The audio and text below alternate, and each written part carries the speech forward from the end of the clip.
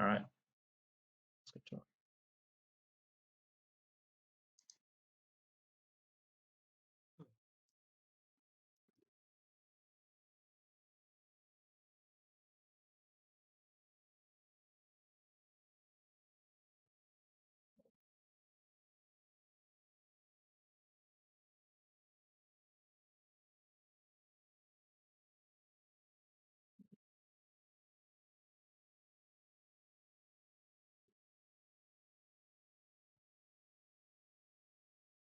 Hate to just like go back, but That's fine.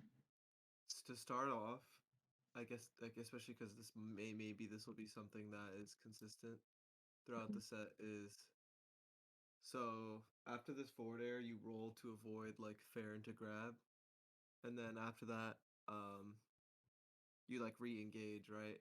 Mhm. So in terms of like frame advantage, you didn't have much because you had already just rolled, and Incineroar was like chasing the roll but just wasn't able to do anything in time. So in terms of like flow, like you were slightly like out of pace. So you're kind of like it's kind of as if like, you know, you're being given a visual cue and you're just a little slow to react because you just don't have the frames to work with. So my biggest thing here, Mhm. especially I'm probably going to say this multiple times throughout this lesson is um being willing to fully disengage rather than like kind of be half and half with Sephiroth, Mhm. because you know it's where you're going to take extra damage 90% of the time, even though it could have just been a simple 15. Like prioritizing stage control could have been a big deal here rather than um, swinging on top of your opponent. It's also Okay. worth noting that I would call this disadvantage like really fast, right? Mhm. I think maybe like, you know, having the awareness to slow it down and being willing to fully disengage like the quicker usually leads to uh, you know, more resets and just giving you more room to breathe as Sephiroth, because even if you land this neutral air, you're still in a close quarter scenario and it's still gonna I feel like you're still gonna be repositioning regardless. So Mhm. I think considering that the next like 1 to 3 situations after the reversal you go for is really important, especially like the worst case scenario, right? Yeah. So like in that Because situation. going to the ledge here makes a lot more sense. Mhm. But something worth It's considering in that first situation where you had when you did the landing neutral air, especially in a matchup like this, is using um like blade dash as like a retreating, like going to center stage kind of thing. Um, that's something I might mention more than once as well. okay. So really focusing on trying to maintain like center stage instead of going for like close quarters reversals. Yeah, exactly. Okay.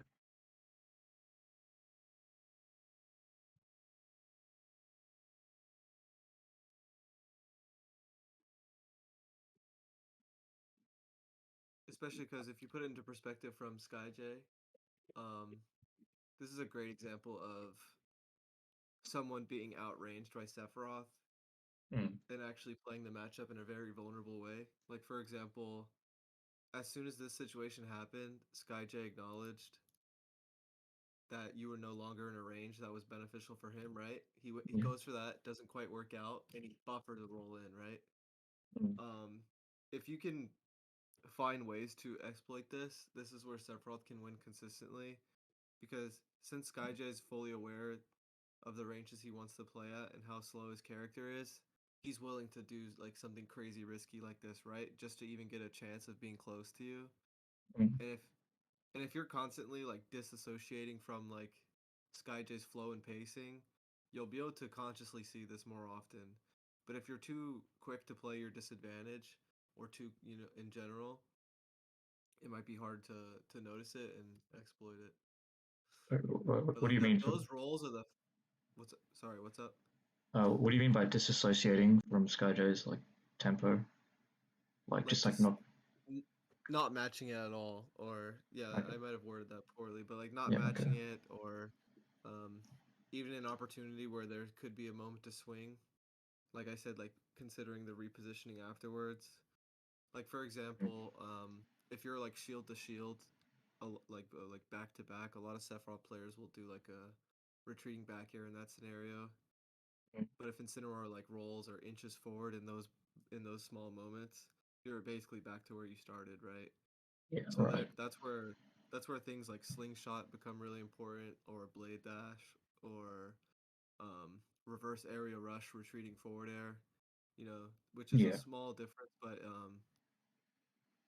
you know, just even though it's just a single frame difference, it can really go a long way. yeah, right.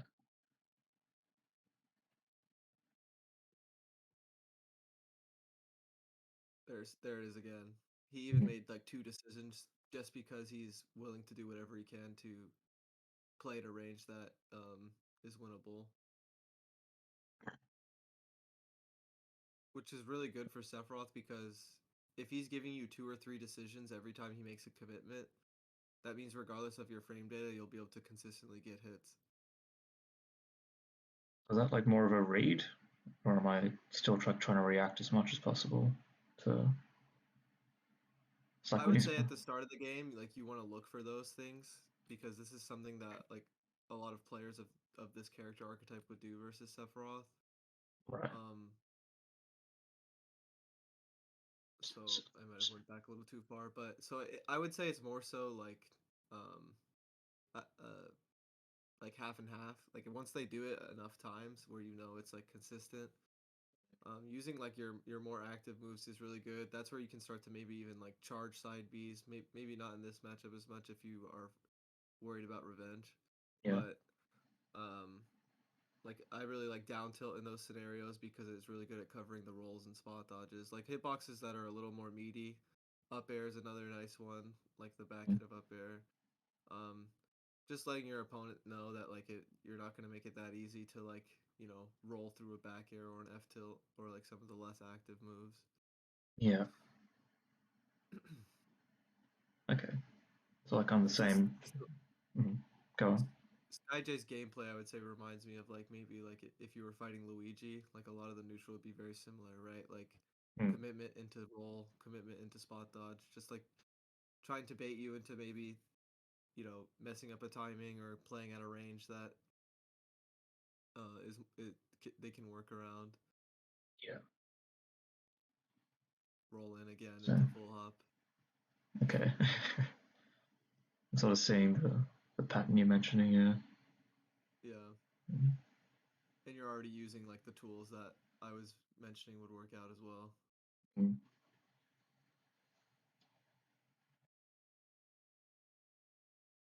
And this also can relate to his disadvantage state as well, right? Immediate swing at a disadvantage, and he's fast falling it. So something this says is a lot of players when they're playing against Sephiroth, um, they're trying to get on the ground as fast as possible and get reversals, right? Because they're trying to catch the startup of your moves or something like that. So you staying grounded here makes a lot of sense because the distance between you and Incineroar just isn't large enough for you to start using like up airs or back airs or something like that. Especially because he didn't use a double jump or an air dodge either. So you definitely want to stay grounded. Um, and just like, grabs are still really useful here. Down tilts are still really useful here. Side Bs are really useful to catch landings. Even dash tech sometimes can be really nice in these situations. It's unfortunate how much Sephiroth has to play like respectful in his own advantage state, but until they Mm. start burning these like resources like air dodge and double jump, it's really risky to start weaving in like some of the more generic sword moves into your advantage state. Mm. But it's definitely a pattern you will see a lot in disadvantage against Sephiroth. And even then, he's willing to land on top of you because maybe he'll catch you swinging, and also like if he doesn't get hit for it, like he's reset neutral at a range that's more comfortable for a character that's as slow as Incineroar. Yeah. So playing grounded will kind of like do a way better job of preventing those reversals from happening. Kind of like my. Exactly. Like let's say after this back air, as Incineroar's landing, like let's say you like slingshotted to the left, right? Mm. And in that moment, you can catch like, are they gonna air dodge, revenge, shield? Um, while you're also repositioning just in case you don't land a hit. And Incineroar, and that's this moment where Skyjay would 99% of the time, based on this first game, like just go start buffering like decisions immediately upon landing. Yeah. And it's strange because even though you just gave him a free way to reset neutral, it's more consistent just because of his style of play right now. Yeah. This back air worked out, so it's not like I would say don't do that next time because Mm. um, I wouldn't say you did something right or wrong, but like just I guess to put it into perspective. Yeah. Yeah. I find it really hard to try and like punish, or like to have the discipline to try and punish options after like a not optimal scenario. Like I'm always like, oh, I want to hit him because he's in the air, and he technically has Yeah, less options. Um, it's really tough as a Sephiroth player because it's usually like a flowchart that doesn't apply to other characters. yeah, most of the Sephiroth time. has to establish so many like vague advantages, Mm, which they're not obvious because it's hard to yeah, tell people when to start jumping and when to stay grounded, even though they're actually straight up getting the hits. For other characters, it can be a lot more simple. yeah. Like the one that was the one like really good thing you did when you played Sephiroth was like positioning was definitely your forte. Trying to find like the Yeah, it's I think something that you know you saying that makes a lot of sense because it's something a Sephiroth player would get from playing the character. But then when like other people watch me play the character or talk to me about the character, it's so confusing to them, right? yeah. They're like, oh, why don't you just back air like Ken or something like that? And it's like it's hard to It's a start the conversation because yeah, Sephiroth is just not a Smash Ultimate character for the most part. not at all. It's not There as was a easy as situation here yeah. that was very good, just because it was a slight reposition before you even swung. Like you can see it in the air drift. Like right Mm, here, you did that, but then you like delayed the drift a little longer. So like if mm, this back air doesn't work out, this is the situation where he'll probably roll in or spot dodge, and you're already slightly repositioning for if this back air doesn't land. yeah, right. And there's the blade dash again. Like the biggest thing with Sephiroth is like constantly pre-positioning, and sometimes that's at the cost of like pressing nothing at all. But especially in a matchup like this, like it's pretty crucial. Yeah, there's no Um, ring, of course. yeah, that's where I feel like it gets pretty brutal for me. It's like Yeah, especially I in the think. tournament environment. Like that's not the first time you caught like a high recovery though. Mm,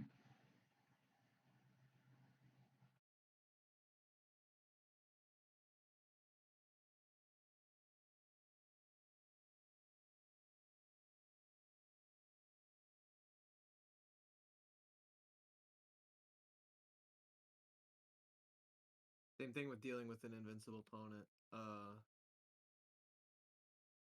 The spot dodge is so scary to me, right? Because as soon as Incineroar is not invincible, you still have to focus on repositioning. So I think like there's a few things here. There's like fully retreating. There's like trying to be creative with blade dash repositioning. There's going to the ledge. There's stabbing the stage and trying to see how your opponent reacts to that and judging whether you can land on or grab the ledge. And I would say all of that is a little bit more consistent, especially against a character like Incineroar, where you want to at least make them work for their invincibility approach off the respawn platform because it's something that you can't avoid, I guess. So even if you have to take a small L to avoid like this, I think is worth it. Just in the perspective of making them work as hard as possible for it. yeah, right.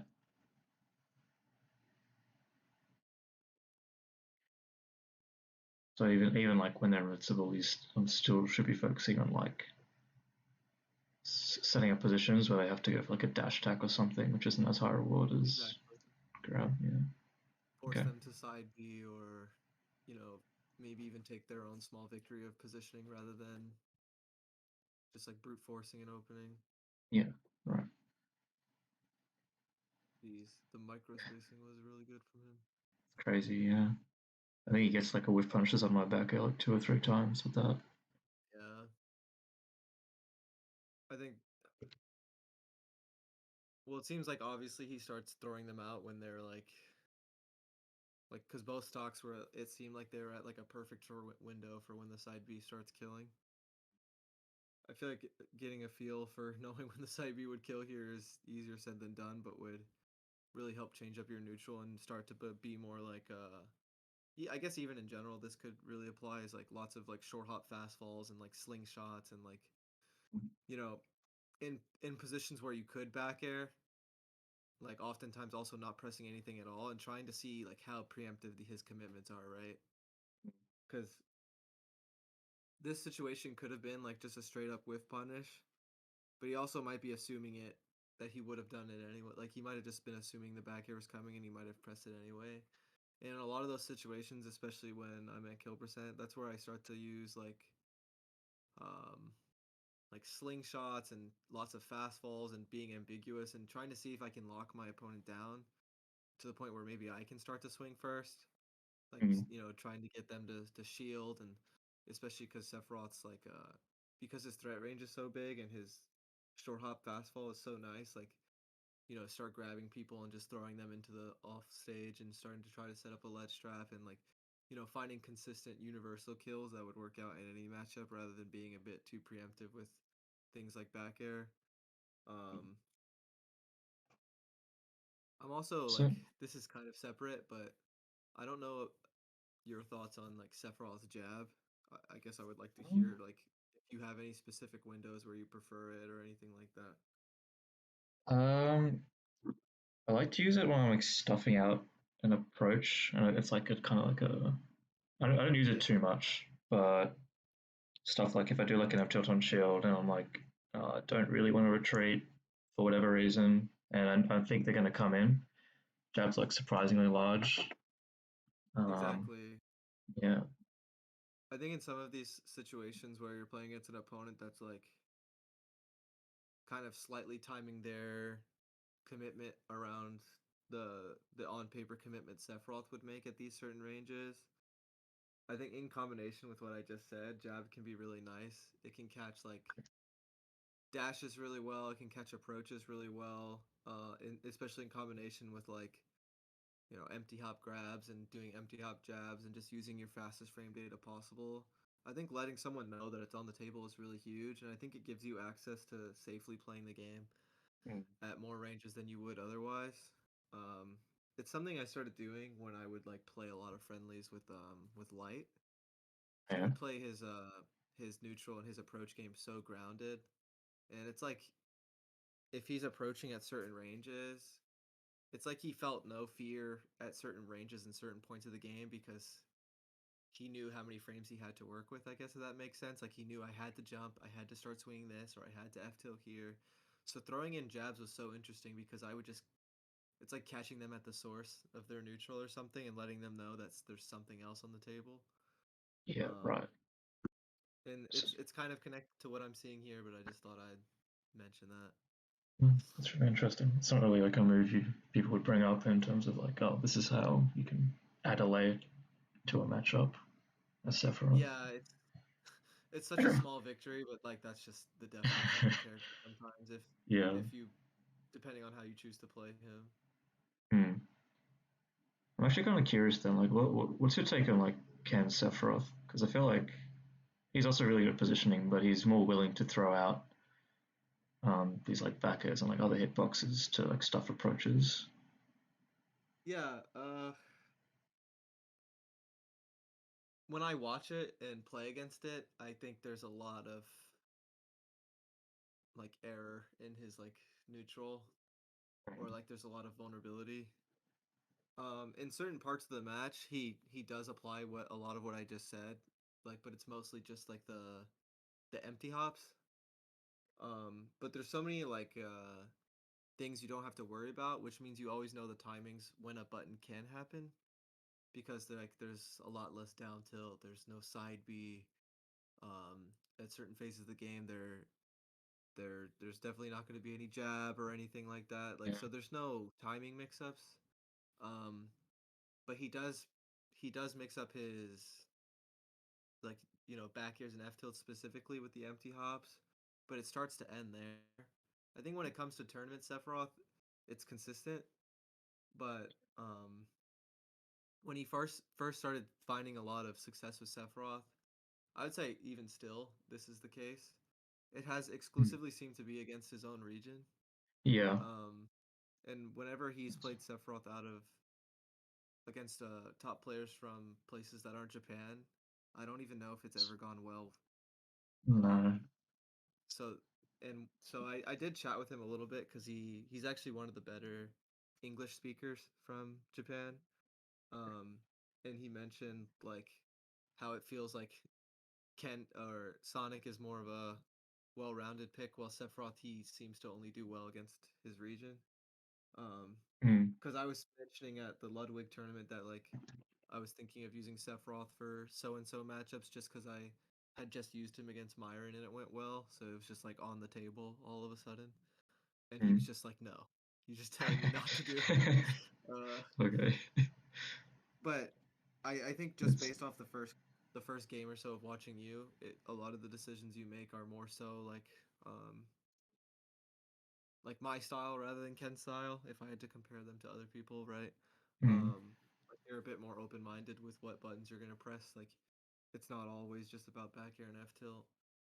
But Yeah. I think in terms of a tournament Sephiroth, like Ken's makes a lot of sense. Like he tries to be as consistent as possible, but certain matchups or certain like play styles can literally just say no to that, unfortunately. So I do think you have to get really creative in the art of nothing, as I like to call it. Uh, Yeah. and it's tough, but I think it's Sephiroth's biggest hope universally in Smash Mm. Ultimate. Okay. Yeah, so there are actually a few questions kind of relating to that, but I'll save it for after this match. Mhm, It's like in terms of like us playing slow versus trying to play the game in a tournament setting. mhm.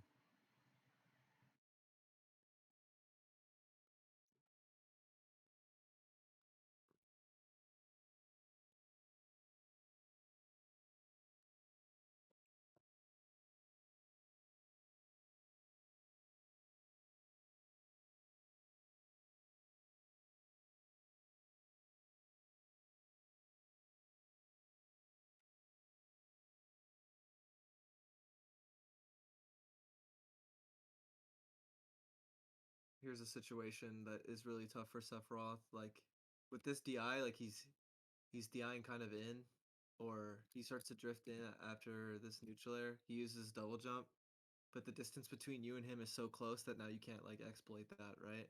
Yeah. So I think after I this think. neutral air, like focusing on resetting is such a big deal because now you start to have access to reverse hit of up air. You're positioned to like maybe force him to do a preemptive revenge. If he doesn't land on the platform, you have access to like regrabs and down tilts. Um, but right here, it's Mm. kind of like you have to maybe get a perfect neutral air because if Yeah. he's fast falling straight into you, you know what I mean? Yeah, I think that was a bad double jump on my part. I guess I was trying to like call out a double jump with like an Yeah, up air, but I think I actually die. Yeah, there it is. no way, Yeah, no way. yeah. So it's sort Oh, of it feels so grim. It feels so bad getting about that stuff. wow. Uh, I don't know why I do that. Just ignore that.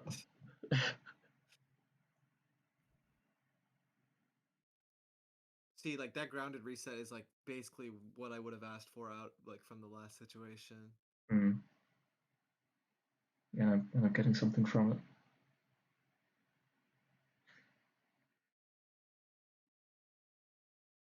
He does that double jump every time. Yeah, I'm just surprised it's as an Incineroar player because if it works, great, and if it doesn't, you're probably dead. yeah. I mean, he has lost his double jump a few times in the set, but I've not been able to capitalize on it. Mm. I think it's the same idea of like why he plays neutral so fast, right? He wants to be in a range that's comfortable for in this matchup specifically. So even in disadvantage, it's like super fast paced Mm. and risky.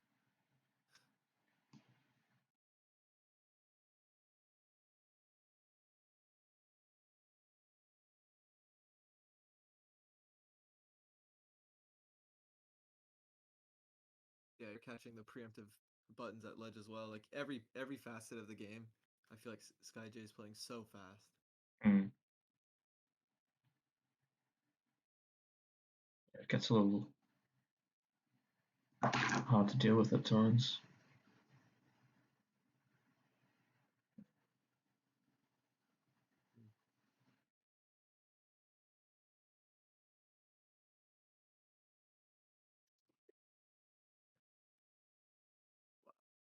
Yeah, Wow.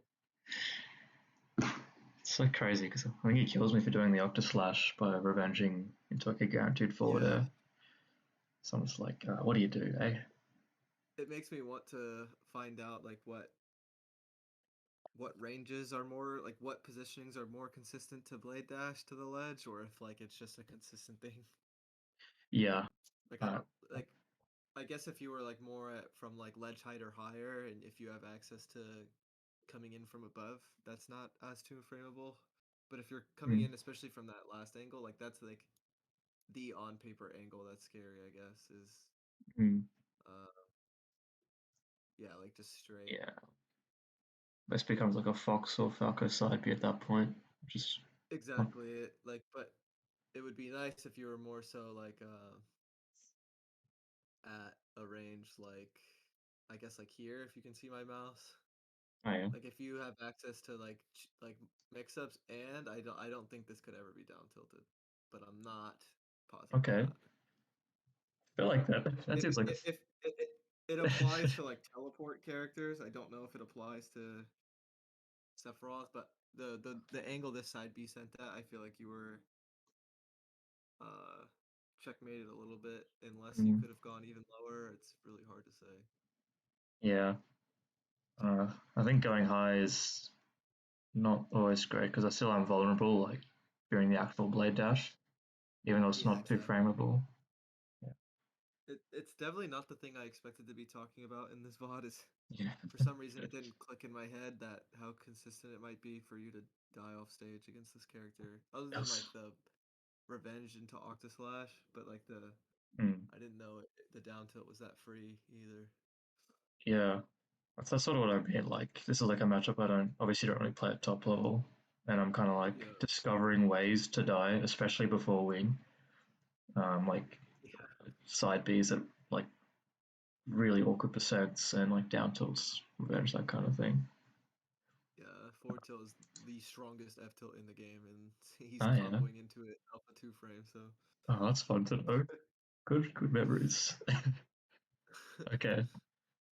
So I guess like the main takeaway is, especially in like these close quarters matchups, is to try and like bait out the secondary commitment because they're always going to do like a first commitment at some range. exactly, like trying to find like if they do it in the first place Mm, and the timings at which they do it if they do choose to do it, and mm, it just gives you more room to breathe because even like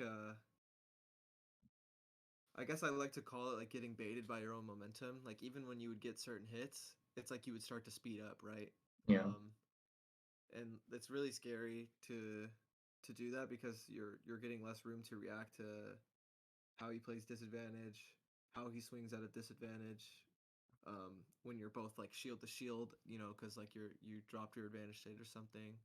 So I Mm, think like preemptively trying to position around your advantage state, and also if the advantage state drops at the same time.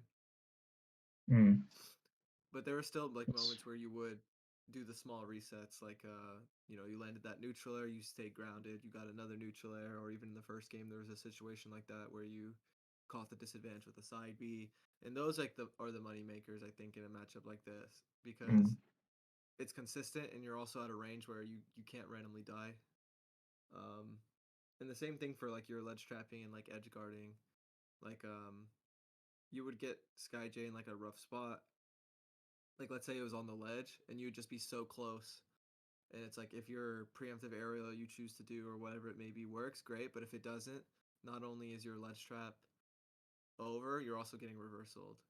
And I Mm, think that's another thing worth considering when you're playing is, what can I do during this ledge trap that if it works, great, and if it doesn't, like the corner pressure phase is directly after, and I'm not, um, I haven't lost my stage control or worst case scenario gotten hit. Um, right. which is That's especially helpful because this whole like second decision kind of play style, like this applies to when they're on the ledge, right? Like mm, Skyjay might do like a really risky revenge. He might, do like a neutral get up into a roll. Like those things are very common in these matchups.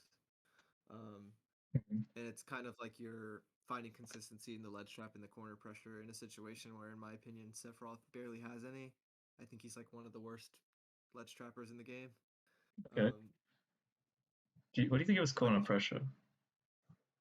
corner pressure is a completely different story. I think his corner pressure is really good, but I think his actual true punishes on the ledge are terrible. Yeah. Um, because his only things that work like by the numbers, like as in true punishes, are like grab, down tilt, jab, which is nice, and I obviously like I'll take whatever I can get.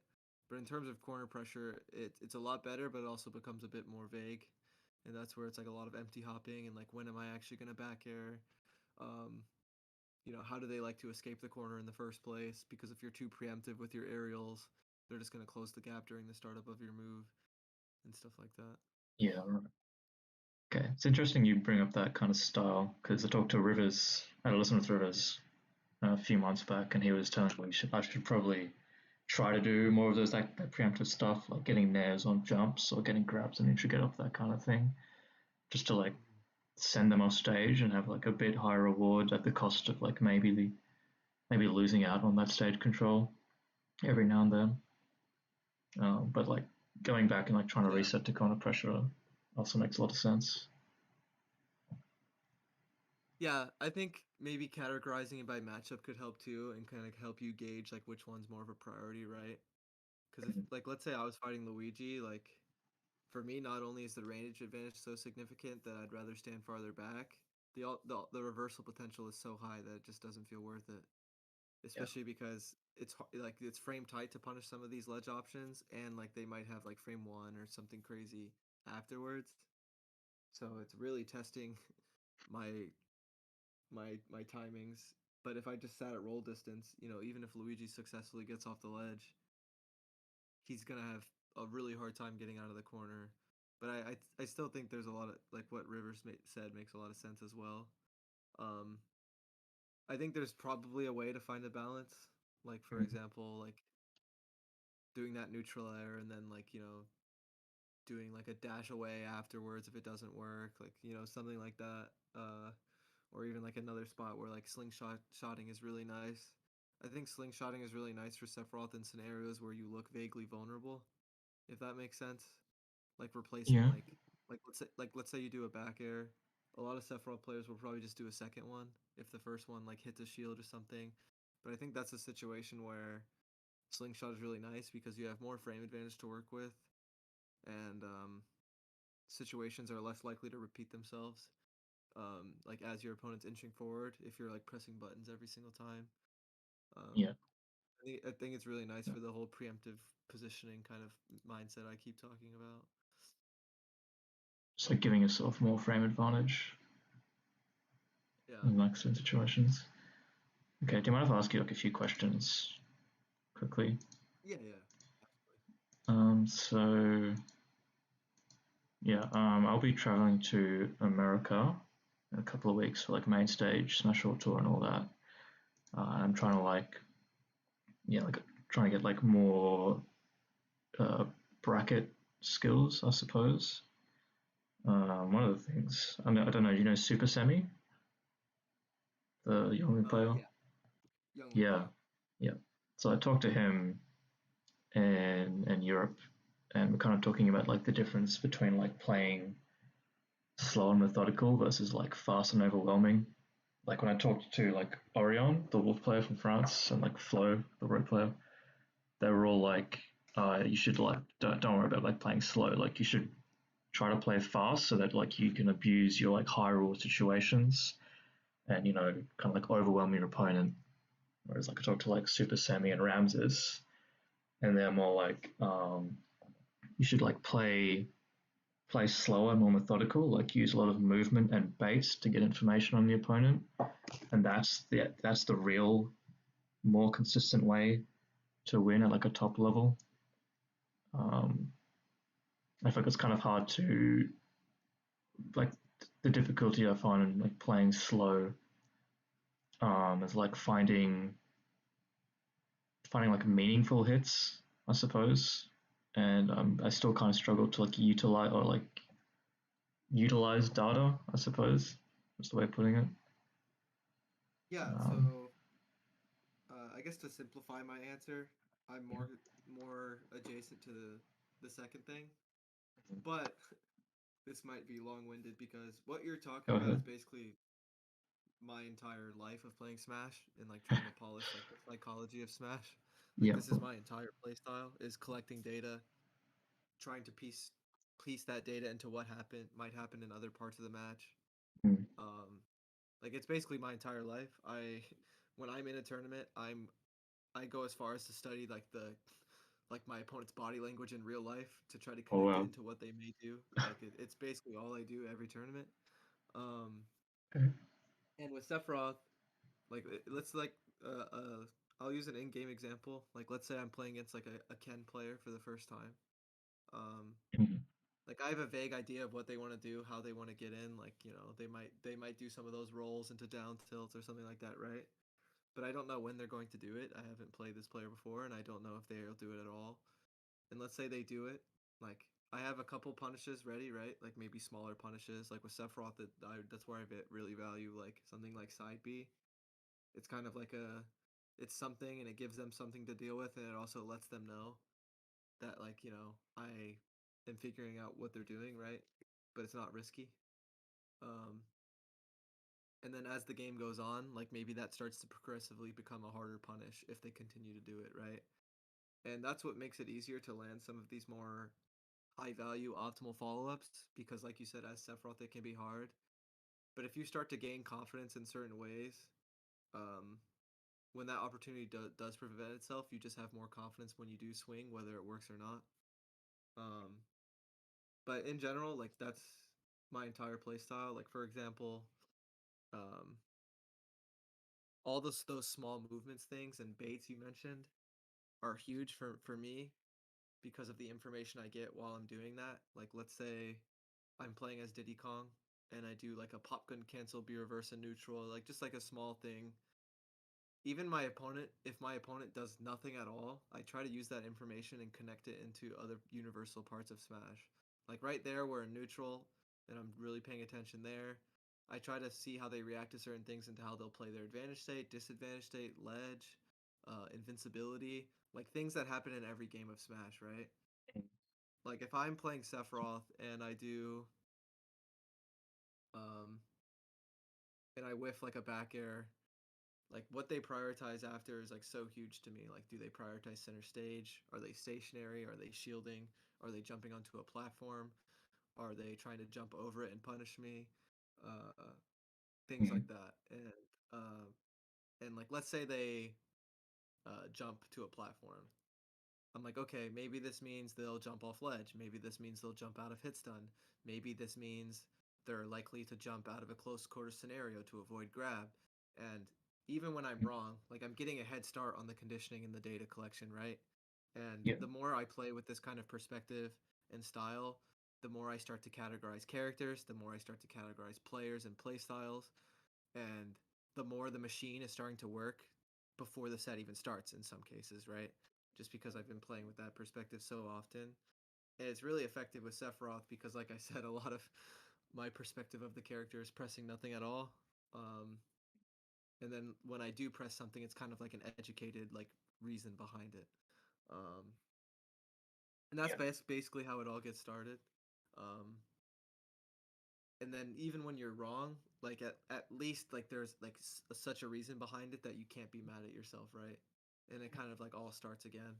and especially in a tournament setting when it's a best of 3 or a best of 5, and you don't have a lot of games to work with. Because a lot of players, I think, misunderstand this game where they're like, "How am I supposed to learn like a million matchups? Like, what am I supposed to do?" Like, but if you kind of have your own adjustable character flowchart and you play with this kind of perspective, the matchup becomes like a secondary thing rather than like the primary focus. You know what I mean? Yeah. Because you're playing in a way that is consistent and like it's hard to catch you off guard even when you're unaware of what the matchup is specifically, and then the matchup experience becomes like a cherry on top. Obviously, like best case scenario is like, there's nothing that can catch you off guard or anything like that, but having a really adjustable character flowchart for yourself in real time is really nice. Like an easy example is what we just talked about with the ledge and corner pressure. If you're unsure if like your positioning on the ledge trap will work out or something like that, you can always prioritize the corner pressure, and then you're getting information for your ledge trap while also not sacrificing your own stock and still having advantage with the corner pressure afterwards. Like that's a perfect example of like, something I would value with this kind of data collection perspective. Sorry if I'm rambling a bit, but No, no, I'm really happy to hear it. So, what have you got to say? Please go ahead. yeah, that's why I'm not a fan of Sephiroth's ledge trapping, and I usually prioritize the corner pressure just to find consistent information on their timings and anything like that first before I start swinging. Uh, but yeah, I basically think it's the entire character. So I guess to be brutally honest, like when you asked me about like Ken's playstyle, it's personally the exact opposite of what I would do if I like just was like stuck with the character and wasn't using anyone else. Like it Yeah. would like in terms of like longevity and like winning a bracket and like every matchup and every play style, like I guess some of my thought processes just make more sense to me, and like trying to make the most of his moveset even in like ambiguous ways. Hmm. Okay. Do you feel like, so I guess going back to Ken's playstyle, do you feel like he gives up opportunities to gain information like too much, even if like let's say the matchup calls for like an ice climbers matchup where back air is like very hard for ices to deal with. Do you think he's giving up too much information by just like swinging first all of the time, or is there In that matchup, I opportunities? wouldn't say so. I would say in a lot Okay. of other ones, yes. Um, Okay. Against ice climbers, like I would toss in Ken against any ice climbers in the world and have complete faith, right? Yeah. Yeah. Um, but there's a lot of other matchups where if there's a bit more ambiguity to their neutral and whether they can get in or not, I do think so. Okay. Um, and there's also just certain things that Ken like won't do or doesn't do. Uh, and I think that's a big deal if you're playing against him because there's just certain variables that you don't have to worry about. But if you can somehow make the opponent worried about, you know, more things, the basics of Sephiroth start to become even more consistent, if that makes sense. Yeah. So if you can use like weird visual cues and movement and platform movement and things like that, I feel like you're more likely to land crucial kills at the ledge. You're more likely to catch your opponent dashing or dropping shield. Like anything you can do to like uh make your opponent like less aware of Sephiroth's weaknesses that are otherwise really obvious. Like for example, like going to the ledge, if I can do anything to make my opponent speed up their options, it makes it so much easier to catch them with a preemptive move because I'm restricting their timings. Like if I know when they're going to get up, it doesn't matter if I know what option it'll be. Like I'm ready to react. But if someone is aware of like Sephiroth's weaknesses in that situation and they're like hanging onto the ledge and making the most of their ledge invincibility and playing really disciplined and just making it hard to get those easy hits, like that's where it gets really tough to play Sephiroth in tournament. Yeah. Um, but you got to do anything you can into like scaring them, like going off and on stage as they grab ledge, like the empty hops, um, like doing weird blade dashes as you're repositioning, like anything you can do to put your opponent's knowledge to the test to see like to baiting them into thinking you're vulnerable, um, can not only like find consistency but also just make the basics of Sephiroth like start working again. It kind of all comes full circle at top level. Yeah, that makes sense. I remember like a long time back on like a Tweek talks, you did mention the idea of like using as many mix-ups as possible, even if they're small ones, just so like you kind of like increase your opponent's mental stack, I suppose. So that, Exactly. like yeah, like when you do the basics, they're worrying about Because so like much. Hmm. the other side is like a player telling you like you're not materialistically like gaining anything for that, right? Like, oh, why did Hmm. you do that pop gun cancel? Like, but in terms of like the whole data collection thing, like it can go a really long way, especially when you just don't have enough games to work with to not try to find like a ambiguous, vague advantage. Um, like even going to like a basic example of a real life scenario is like let's say you hit your opponent off stage and they like lean in or something, right? Like they really want to survive and like win the game Uh, or something. Like that might mean they're more likely to play a fast ledge option, right? Too, right? Or maybe they're like really want to get as far away from the ledge as possible. Maybe they'll roll. Like those are things that are constantly going through my head when I'm playing, just because it's not a pure reaction or something, right? Like I'm not just like really robotic with it. Like if I smell any sort of blood, like I'm willing to take that information as I will and make the most of it. mm, Um, so like in between stocks or in between games, like what my opponent physically does is a huge deal to me since I was like a teenager playing Smash 4. And sometimes it doesn't it's not as helpful as like, the in-game stuff, but it's still something that can go a long way depending on who you're up against, right? Like some people are more mobile in their chair than others. Like some people just don't give you a lot of info. mm, But I think especially if this is someone you've played with often, it starts to just make sense. Like you start to figure out how they're feeling in certain moments just because you know them. But right.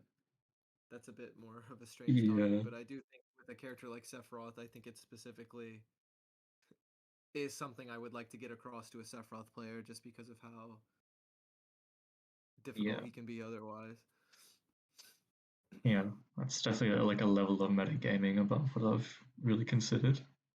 Looking at your opponent during the Yeah, play. I've I'm had just a huge tryhard. So. God, you're such a sweat going off to all these tournaments. Um, yeah. Okay. I think that's. Oh, I guess the last question relating to that would be like, um, how do you how do you know like when to pull the trigger on something you think you've like conditioned versus like trying to still gain more information um, further on? There's a few things. Um, One key thing that I was just talking about in an earlier Metafy lesson today is like kind of like the speed of their disadvantage state. For example, a huge thing with Diddy Kong that even a question I have to ask myself when I'm playing, but also like a lot of Diddy Kong players ask me for is when you get like a stray hit, right? Or you get like a combo and you don't have banana, you always ask yourself, should I run away and get and use this advantage state to get banana or should I push my advantage, right? Like it's such a difficult call. Um but the way I like to decipher those is like how fast are they playing their advantage? Are they burning their double jump out of hit stun? Are they trying to avoid grabbing the ledge? Or you know what I mean? Like are they drifting towards center stage? Like if I notice like any sort of speed up, um, in disadvantage especially, that's where I'll go for like an out of the ordinary play based on my conditioning.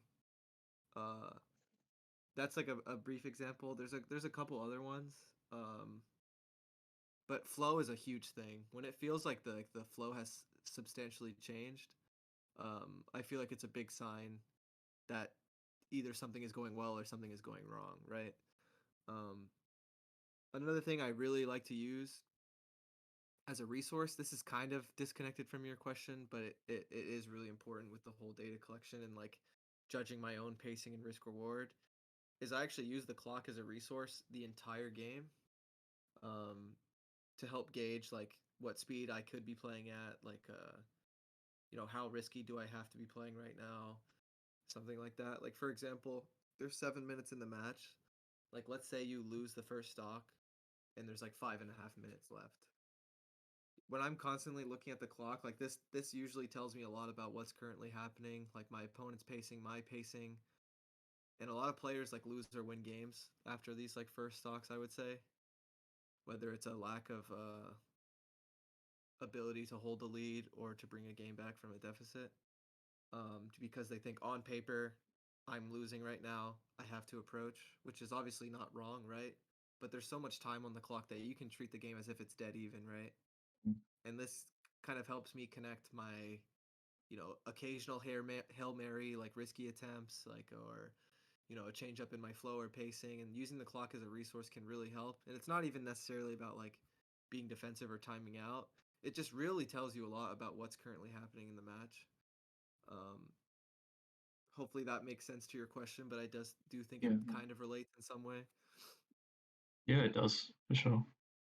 It's like using like the clock to inform like when you cash in on things you think are conditioned versus like using the Exactly. time. Yeah. It Okay. also helps you stay creative with your like with when you even do it, right? Because a lot of people, if they get a handle on something, might like just go for it, and they might just keep going for it, right? Because they think of it as like an answer or something. Mm, Like for example, I have a regular like Medify person I work yeah. with that when they're in a match, they'll land something that's like out of the ordinary, and then within the next like 30 seconds, it's like they're going for it again. Right. It's like they're trying to cash out on something they've already cashed out on.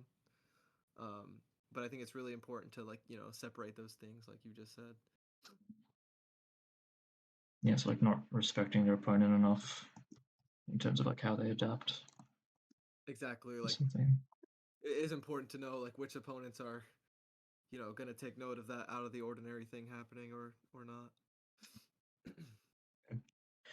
Thanks for those answers. Let's go What's and up? watch them. Thanks for the answers. We can move on to the Oh next yeah, one. no problem. Yeah. Cheers. Yeah, I could talk about characters like Diddy and Sephiroth all day because there's a lot Yeah. of ambiguous topics. Yeah. It's really awesome. Just such fun characters.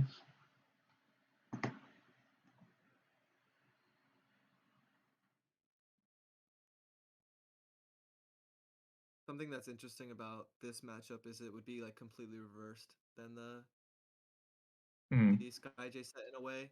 Like for example, like a lot of your there was a key one at the start of the game where like your shield is getting pressured and Sisqui backs up, right? Mm. And there's a couple of ways this can go. This is something I personally do as Sephiroth all the time. If I think I've established a small like advantage in neutral, like their shield is less healthy than mine, that's where I start to use moves like up air and back air, right? Because you might catch a dash, you might catch a jump out of shield, and like there's a reason behind pressing that button because you just have a healthier shield than theirs. It's just you just technically have healthier options in neutral, and the same thing goes for here. Sisqui dashes back because you're fully committing. You double jump and you start drifting towards him. So it's Yeah. kind of like as if you're Skyjay in this situation, and Sisqui is you, and Sisqui is just disconnecting from the pacing the first few seconds of the game and just swinging second when you've like burned all your resources. An Yeah. important thing here, especially if you're going to hold forward, is acknowledging that after this double jump, the platform is your friend, right? It's or Mm. blade dashing to center stage is your friend. Because if you're in the air there and you have the refresh rate to notice, like, oh, I'm forcing it right now. Like Mm. having a way to reset is really nice, but you still kind of threaten the approach at the same time. So there's a situation where information is huge. Like how does Siski respond to because like in this moment, like you force something to happen. Like someone's getting hit right now. Yeah.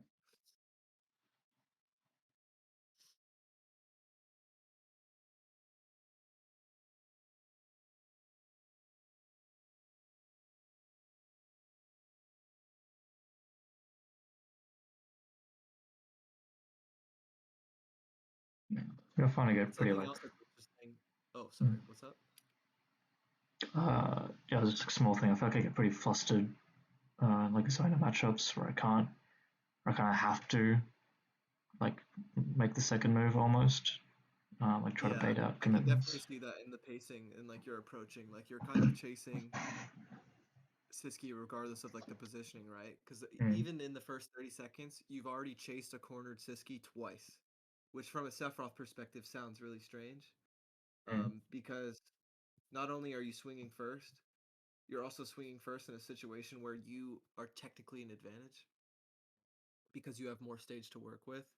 So it's another situation where this is a situation where you could have got key info that you're unfortunately not because you're swinging first.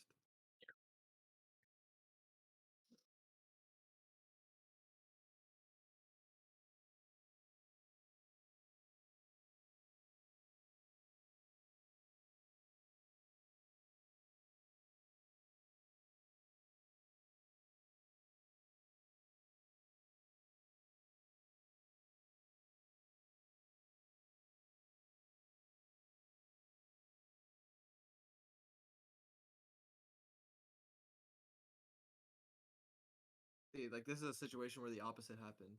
You played the ledge and corner really disciplined, and Sisqui eventually like just lost the discipline war here, right? Now he's cornered in a situation where he could have gained more information by holding his ground, but he was just swinging a little too preemptively, and now you're an advantage for it. yeah. I think he does actually end up getting information from that because he punishes me a lot for doing that double jump later on in the set. Yeah, you've Um, you've burned double jump like many times in neutral. I think you're mm, because if you catch like a preemptive projectile, like it's a free jump in to like optimize like a valuable hit. yeah, but it's not always better than just like playing grounded and getting information that way. I feel like I'm just like really scared of charge shot. Like at all. Exactly, especially because your shield hasn't been damaged yet either. You know what I mean? Yeah, Like the ground isn't a bad thing yet. yeah,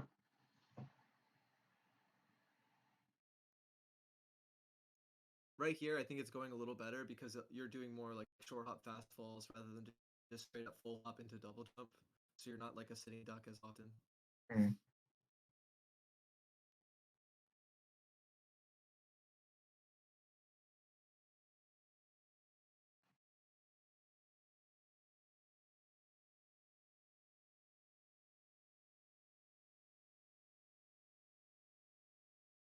Wow, that was very, very good.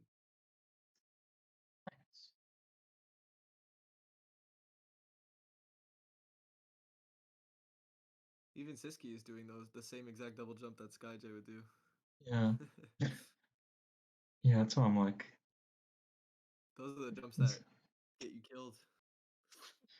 yeah. It just feels like they're so willing to kind of go for it. I always expect like, Yeah, they're so you fast know, with it that is always the scary thing. Like if I was them, like I'll always take the L and grab ledge. yeah, But sort of.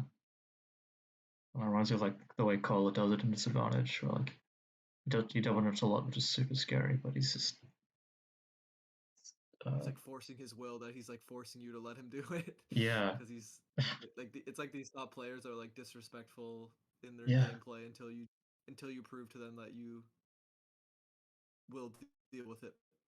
yeah. That's one thing I definitely noticed going to Europe. This is my first time traveling in Alternate. Is that they are like willing to like knowledge check you on characters and also like check you on like stuff like this, like the disadvantage stuff. Um, yeah, fair enough. I think it's muscle memory in those situations because like they're so universal, right? Like Yeah, disadvantage and your own advantage state. Like there's just a certain like it's like they're doing layer one until layer one isn't proven to be effective. It's also yeah, really interesting in a tournament environment because they if you can conserve energy as much as possible, like you still have so many more sets to play mm, that if you can like defeat an opponent with like a layer one or layer two, then you'll have so much like physical energy going into the rest of the tournament. I think yeah, that's why having such a complex adjustable flowchart for your own character is so effective, right? Like if I'm playing Diddy Kong and I throw out a couple things in my pools matches, see like knowledge check them, execution test them, and if they fail, then I can just run them over without having to do everything I've ever learned with Diddy Kong, right? yeah, yeah. sort of like it's like the path of least resistance at the start. Exactly, Just and being willing to do this is interesting because sometimes you might run into a player that like is really good, but they still like might fail these tests, and then it's like, oh, I'm mm, in top 32 and I haven't fully been like pushed. You know what I mean? yeah, yeah, But like a lot of players might be like overly respectful, I guess, and like they might give every opponent like you know layer 100. yeah, which is just like too taxing over the course of a Exactly. tournament, Like if I you were just sitting suppose. down and playing for an hour, like it's really up to you because it's not a tournament. But Mm.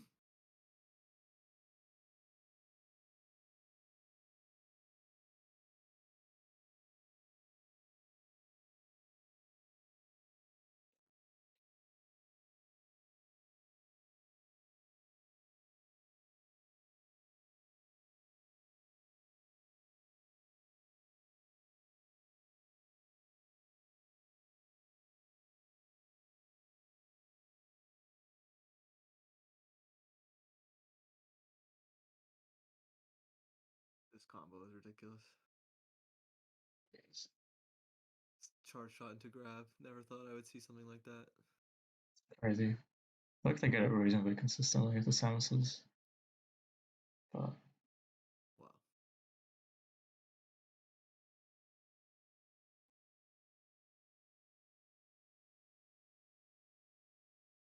Wow. I think he just messes up when he does for it. Y'all are just destroying each other. Yeah, fun Two dividends. times.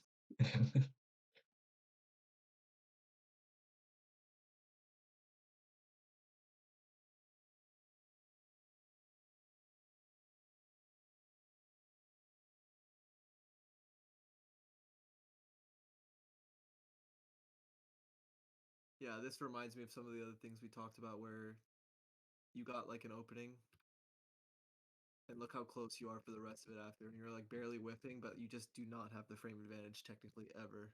And then your Yeah, jump finally gets caught. I think having the discipline to just like accept that neutral has been reset and like a reposition is probably more effective. Could go a long way, especially like with your main question when it comes to making the most of wing, which is like very important. and Like if you have the discipline and the refresh rate to know when you know an opportunity like has came and went, I think it's the most important thing with Sephiroth in terms of survivability. yeah, Um, if you ever I have think any it's questions, we actually are running out of time. But if you have any questions ever, like whether it's about something we talked about today or not, feel free to send me a message on Discord, and I'll be sure to try to get back to you. yeah, Especially because I do have a lot of Sephiroth experience myself and stuff like that. mm, But yeah, I hope today helped in some way, and for thank you so sure. much. Thanks a lot. Um, Also, congrats on Port Priority. They like Thank you. really I fucking well. appreciate it. But there's actually a funny story with that. So, Hmm. you know the Smash World Tour, right? Yeah. Um, I think you're at like 350 points or something. There were two more gold events, Port Priority and Apex. Since you've won Yeah. Port Priority, if you win Apex, you actually push me out of the Smash World Tour rankings. Oh So, God. doesn't I'm matter if pretty you do sure. good. I'm pretty sure for me, if I get like top three, I'm qualified. But if I don't, I think I have to do the LCQ. So part of me is like, damn, why did I even win port priority? Yeah, it's uh, crazy. Mm. we'll see. Yeah, I Let's just kind of see. either underperformed or didn't attend enough Smash World Tour stuff, and it just kind of Mm. caught up to me. Yeah, Uh, I mean, you've won Port Priority, so you can definitely. I think you still make it with a win. yeah. But just thought it was funny because I booked this before Port Priority. And I was like, oh, this is awesome. No conflict of interest or anything. Um, but yeah, no, it's fun. I think this has been really helpful, and that's stuff I can try to work on, Glad to like hear it. using more information and like those kind of bracket settings, like best of threes, best of fives, are really important. All right, thanks a lot, Tweek. Well, have Um, a good one, and thank you so Tim, much. Tim, man. Good See ya. luck with all your your traveling and everything. Cheers. Might see you around. Yep. See ya. Bye.